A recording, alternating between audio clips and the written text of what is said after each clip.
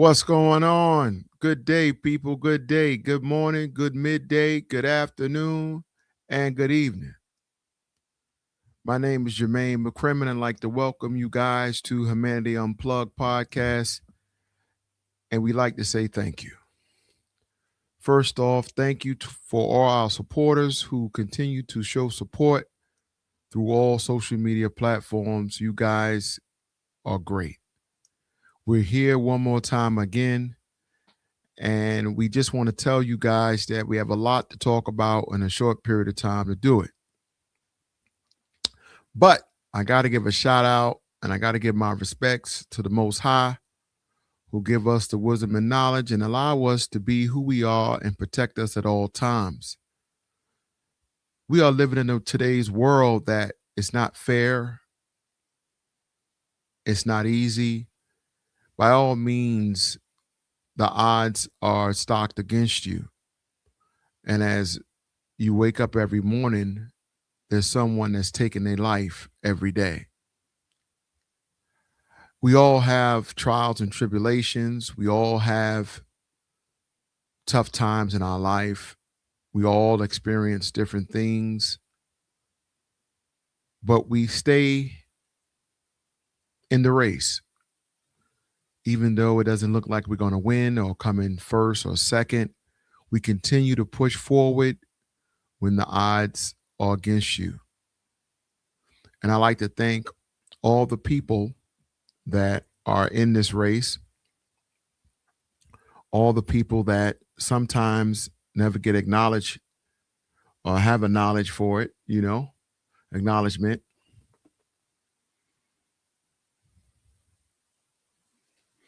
And I just want to say that you guys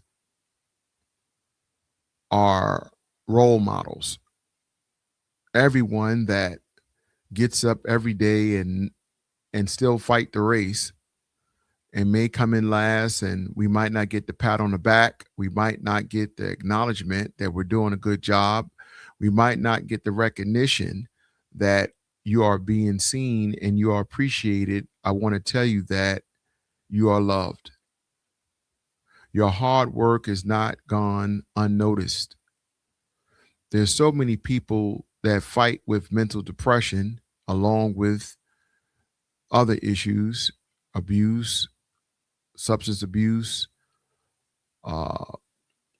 just trials and tribulations on every hand.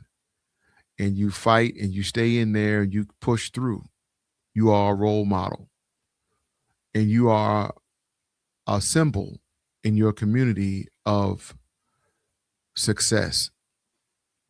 And no one may not tell you that, or they might not express that to you. I'm here to tell you, you are appreciated. So I want to tell you guys that when you get a chance and things may look cloudy for you, I want you to understand that still you have a chance to shine your light on someone else. And that's really all we can do. Today, as we take off our shoes and we relax ourselves, we put our feet up, we have a conversation to talk about. We have a lot of things to talk about. One of the things I want to talk about is the recent peace treaty between United States, Iran, Iraq, whatever you want to call them. We did come to agreement to disagree, as always, but the agreement still is we should get some help on the gas pump, meaning that by the time you guys hear this, which you'll be hearing this broadcast by this afternoon or maybe by 1:30, it's already been out over an hour that United States have come to agreement with Iran about some type of peace treaty and their nuclear war heads and stuff they got over there. They don't want them to have that over there. So, but still within the muckery and all the effery, that is still forbidden language being spoken between both parties because they haven't really come to agreement on that part. But they did agree to open up the lanes where the oil can be flowing through and we can get some reduced prices for the American people. Uh, that's great news if, in fact, it stands. Uh, the other great news is for 53 years,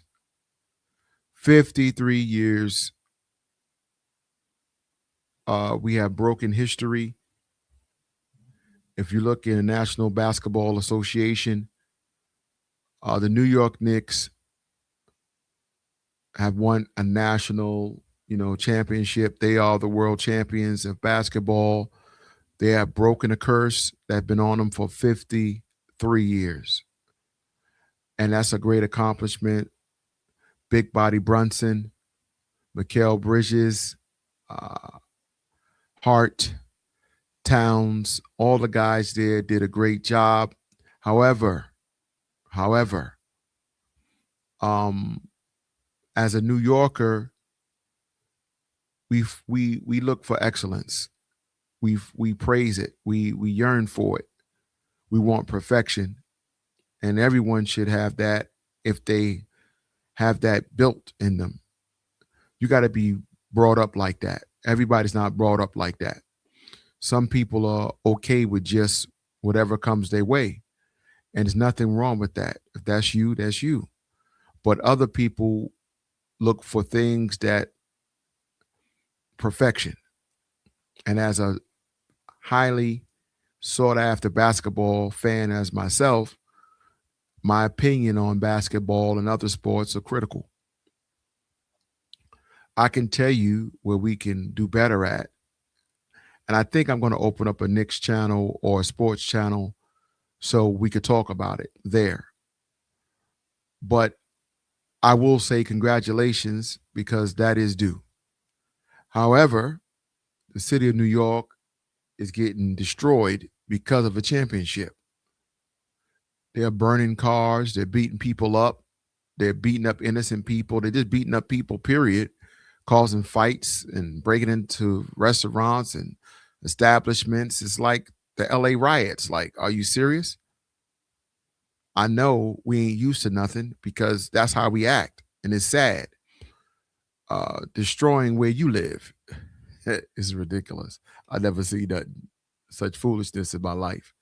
How you destroy where you lay your head at? Yo, I don't understand. Like, you set a car on fire that's gonna be on your corner that you got to look at every day. I don't understand. Like, why would you do that? Why would you cause bodily harm and risk your freedom because we want a chip? But the parade is Thursday. That's the good news. Who knows? I would love to go to that, but in a way, I don't want to go to that because it's dangerous. I hate to say it. I'm a New Yorker, diehard. I lived in New York all my life, and I know blocks I'm not going on. I already know I'm not doing that, and it's dangerous. It's really what it is. And yeah, it's cool, but it's dangerous. And a little parade ain't going, but you got the hustlers out there too. People on their jobs. While you out there, nigga, they on their jobs.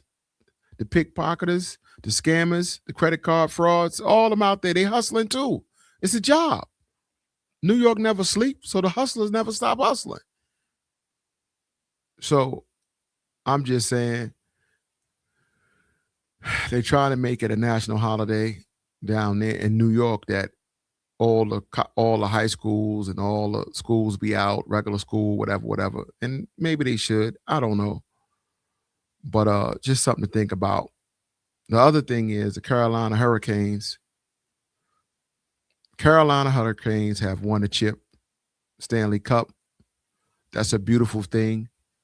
It's been a little while since I think '06, but they be winning, man. They do their thing.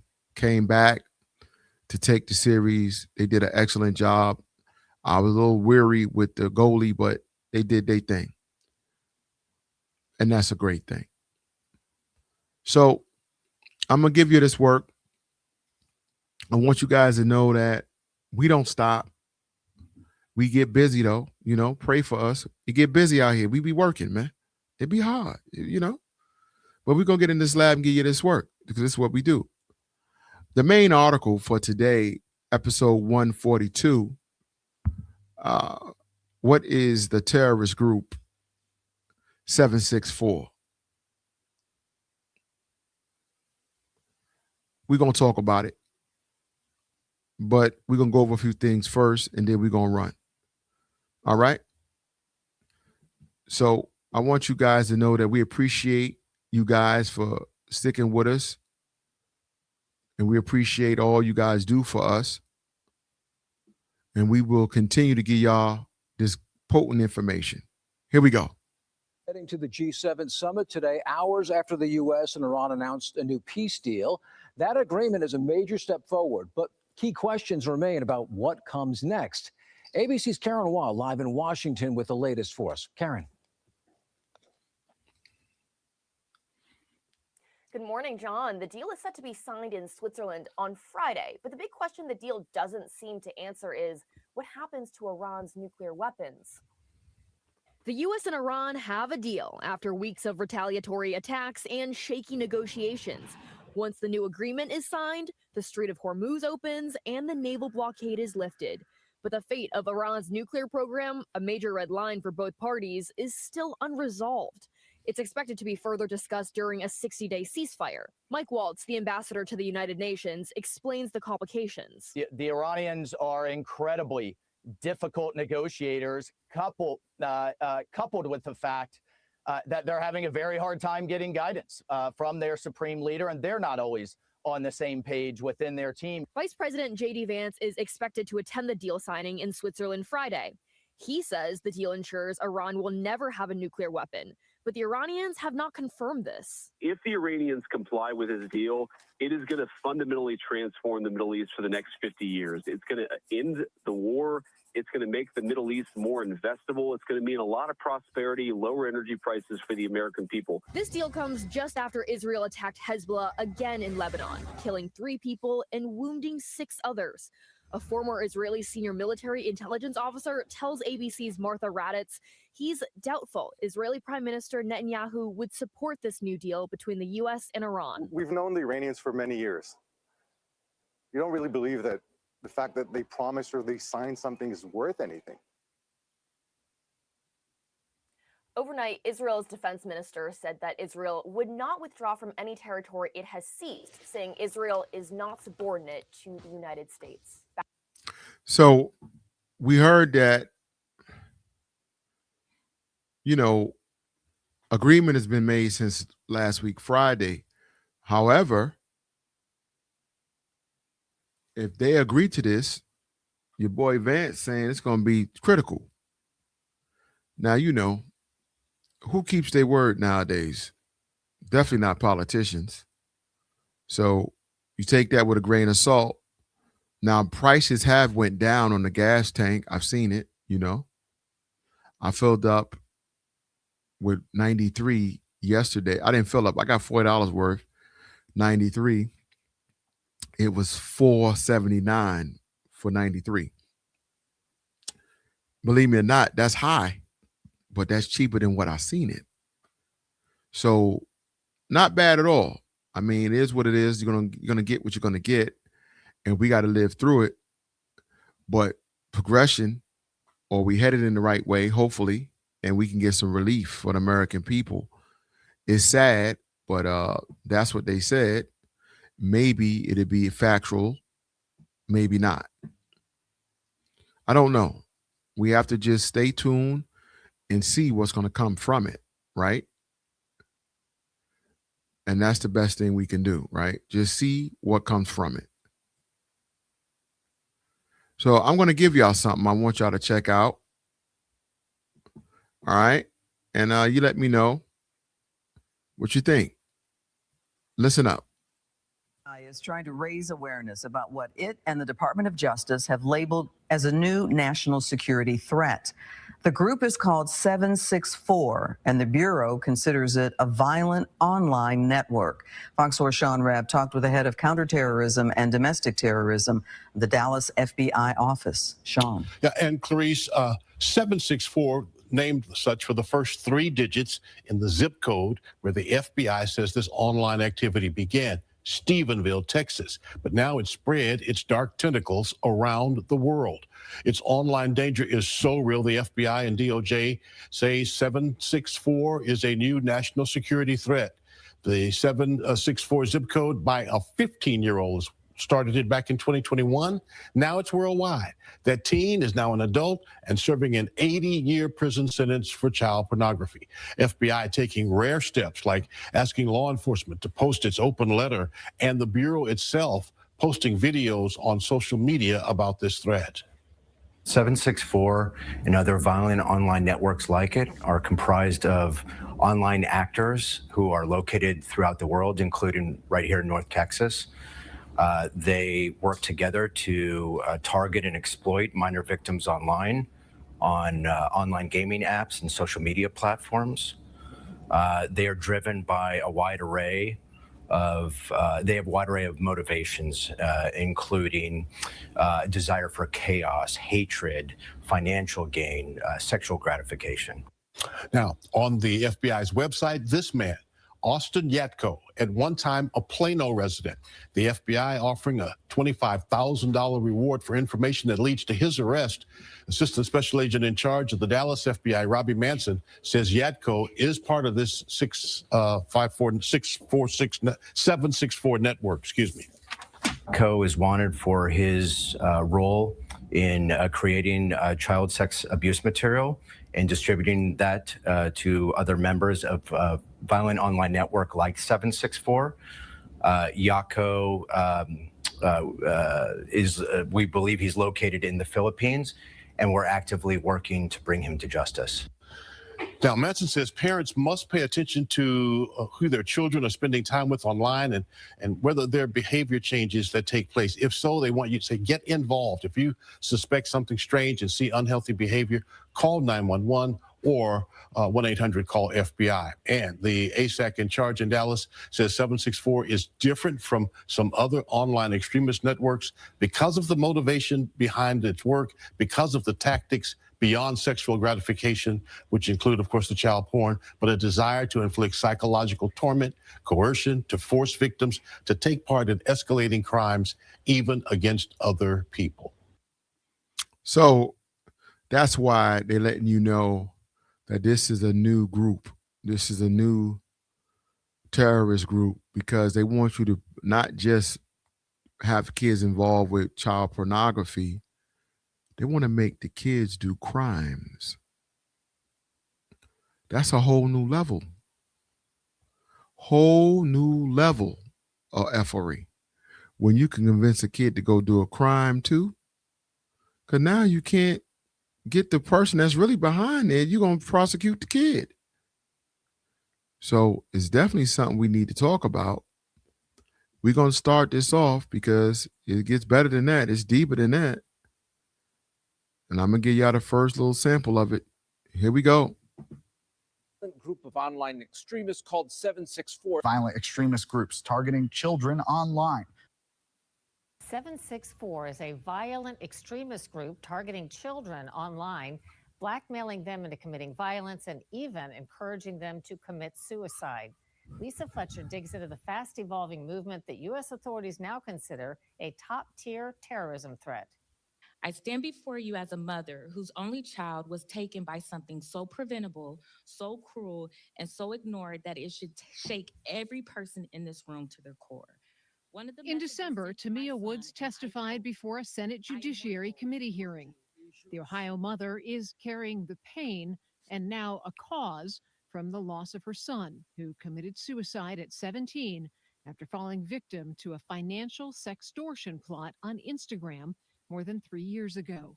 One of the messages sent to my son, and I quote, I am more determined to rot your life than to make it a waste, a trash can, a shame, a dishonor, a hell, a real disaster, a hell on earth.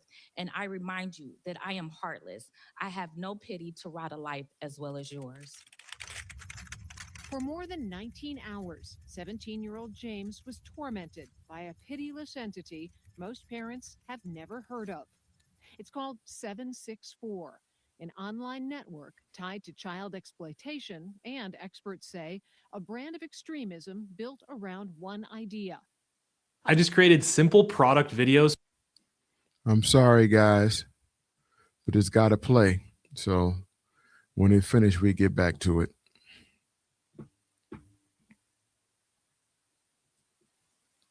.764 is a fairly loosely defined and loosely brought together network of I'm sorry, it's low. extremists.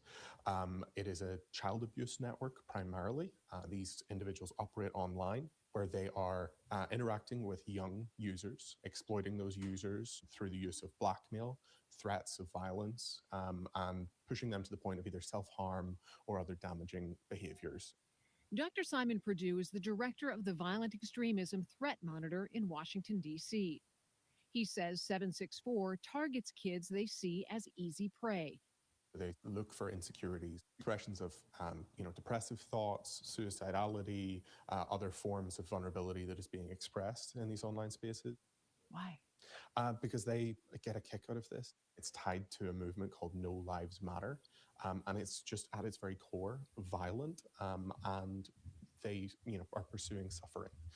That's ultimately what they want to see is suffering. The name 764 reportedly traces back to the network's founder, a Texas-based teenager from the Houston area with an area code of 764. The founder, Bradley Cadenhead, later pleaded guilty in a child pornography case and is now serving an 80-year prison sentence. But Purdue says this isn't a traditional group with a leader or headquarters. Because of the almost leaderless nature of this kind of space online, it's a constantly evolving space. That decentralization makes it hard for investigators and even harder for parents to know who's really on the other side of a screen. What do you think would shock parents most about how quickly their child can get pulled into something like 764? This isn't happening in spaces that you would see as violent. This is happening in very mainstream spaces that seem on the surface to be quite benign and harmless. Roblox and Minecraft, any space where there's online community and online communication is, very problematic and harmful to young users. Purdue says cases like the death of James Woods show what this network is designed to do. It's an evolution of cyberbullying to the point of sexual exploitation, blackmail, and self-harm. But the main goal of this group is to get kids to harm or kill themselves. Mm-hmm. That would be the end goal. But it's not all of the equation. It does include sexual abuse materials and the production of sexual abuse materials as well. A Department of I Justice wanted y'all to hear tells this, us man. the This is DOJ good. is investigating more than 36 764 cases across the country.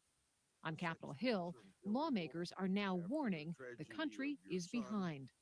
From a parent's point of view, why is it important to make these sextortion illegal under federal law? It's laws like this that would back our children and influence them to speak up and let them know that they're being victimized. And people need to be held accountable on top of that. They need to know that they shouldn't be comfortable with doing the things that they're doing. Right now, they're comfortable, and you see more and more people being victimized because of that. But Purdue warns awareness alone is not enough. Just knowing that they're out there doesn't mean that you're going to be aware every time someone pretends to be a fellow 16-year-old, tries to open a dialogue. Because the first move isn't a threat, it's a conversation. At one point and said, "Hey, are you okay?" And he said, "Yeah." And he said, Are you what's going on?" He said, "I'm fine." Carter's grandma picked him up from practice and seemed okay on the way home. Once he got home, Melissa and Steven say they got alarming texts from their son. He was texting with Steve about, what to heat up and eat for dinner and homework. And then we both got a text said, "Bye, Mom. Bye, Dad. I love you." And that was it. The Adells say Carter had never been called into the principal's office before, and they still don't know why Carter was so upset at football practice that day. They're questioning if that bullying accusation was part of all of this. When someone is accused of racial slurs and microaggressions, like, that's a big accusation. We rely on the people at school to be the eyes, to be the one to say, hey, you know, like, Carter's visibly upset. You might want to come get him. So what are you wanting to happen? To sit down and understand with staff members, including teachers that day. What did they see? What happened from, you know, an educational standpoint for him that day? And we just don't know because no one is willing to like sit down and go through those things with us. Which is why the Adells got an attorney, but when we did that, it almost seemed like that slammed the door shut. The Adells attorney says the district won't allow the principal and Carter's football coaches to talk to him. Upper Arlington Sheringham Park quote, "The school district has been responsive to all requests for information, and our superintendent has met with the family to answer questions. It is not typical nor advised by district legal counsel for staff to be interviewed by a family attorney." But I do feel like there's the breakdown of communication between when the school needs to call and or what can happen, what can go on before parents are notified. The district says parents are notified if there is an indication or evidence that their child is involved in a particular situation. Is really making it so that people understand that if they see a child in distress, that they say something to. So they're saying their kid lost his life, and whatever took place that made him upset took place at school. They're saying the school people didn't notify them prior or acknowledge something was wrong with their child before the child took their life. Now, the child took his life after being influenced by one of the guys off in 764. They want answers.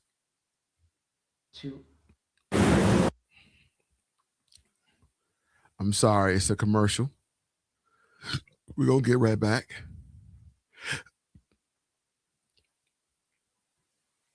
The goal right now for the Adells is to find out what took place that day. They're also trying to be there for their 11-year-old daughter. I know people say like 1 foot forward, but there are times I'm walking and I literally tell myself that because I feel so numb sometimes. We don't always see everything that goes on with these gaming platforms or social media, who interacts with whom on these platforms.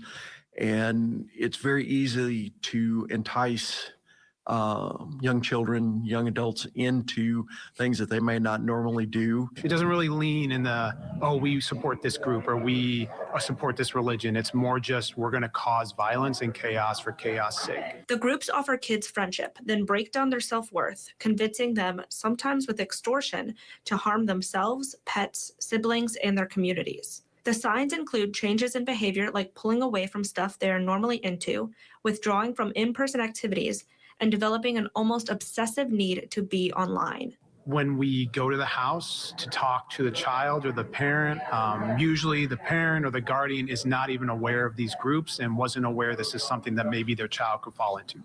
They felt that if their child wasn't, out at 2 a.m, doing drugs or intoxicated, that their child was safe. And in reality, I would say a lot of harm can be done with just unmonitored internet communication. The danger is all virtual, but very real. They never have to meet in person and can easily get rid of a forum and start over on a different platform. If you're a parent, you're worried, one of the best things you can do if you're seeing this is just know who your child is talking to online. In 2025, I really don't think that we should just be saying, they're probably doing okay.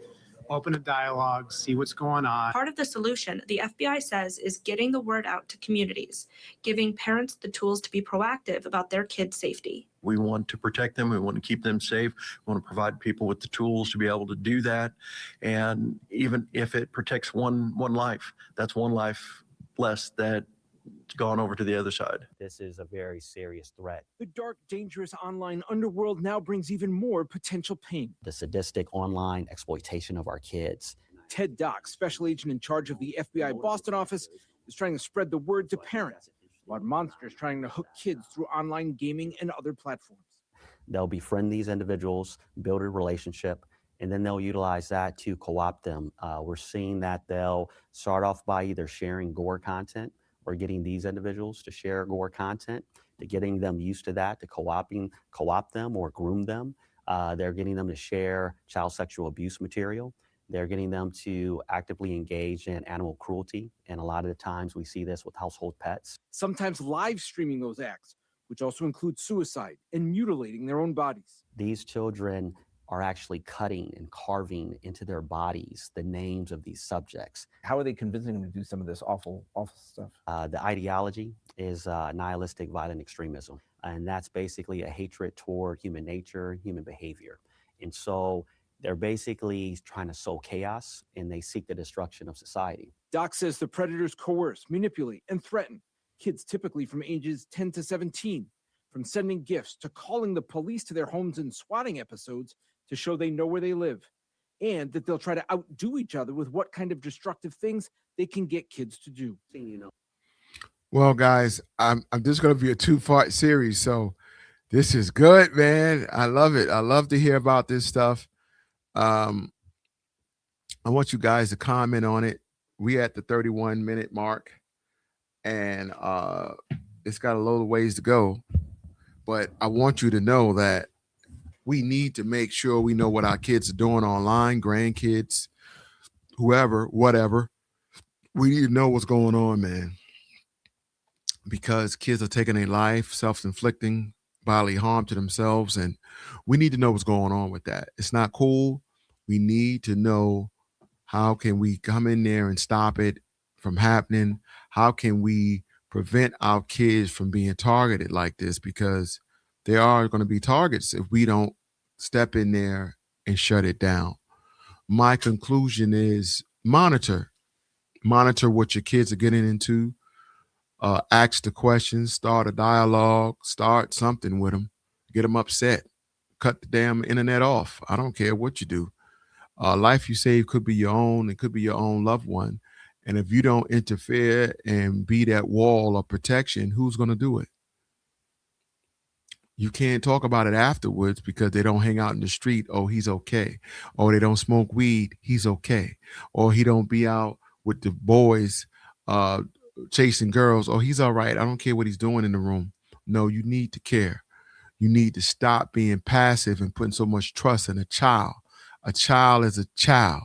They still a child. I see so many people getting brainwashed by their children. It is sickening. A child tell them something and they just go with it. Oh, okay. All right, no problem. No, go behind them. Let me tell you a secret. You want to know how your children act? You want to know what you have or what you created, what monster you might have produced? Watch them when you're not around. Look at their behavior, their tendencies. See if they're mannerful with other people. See if they show adults respect. You want to know what you got? What your child will do when you ain't around? Watch them. Test them. Believe me or not, for those out there that are trying to protect their child from the world, all you doing is making it worse, because they're not prepared for the different things that happen in our society, and they will be hustled by someone else. You rather teach your child yourself what they need to know than to let them be out in the world and get hustled by someone else. Those are the facts. Guys, listen. If you don't help someone, help yourself.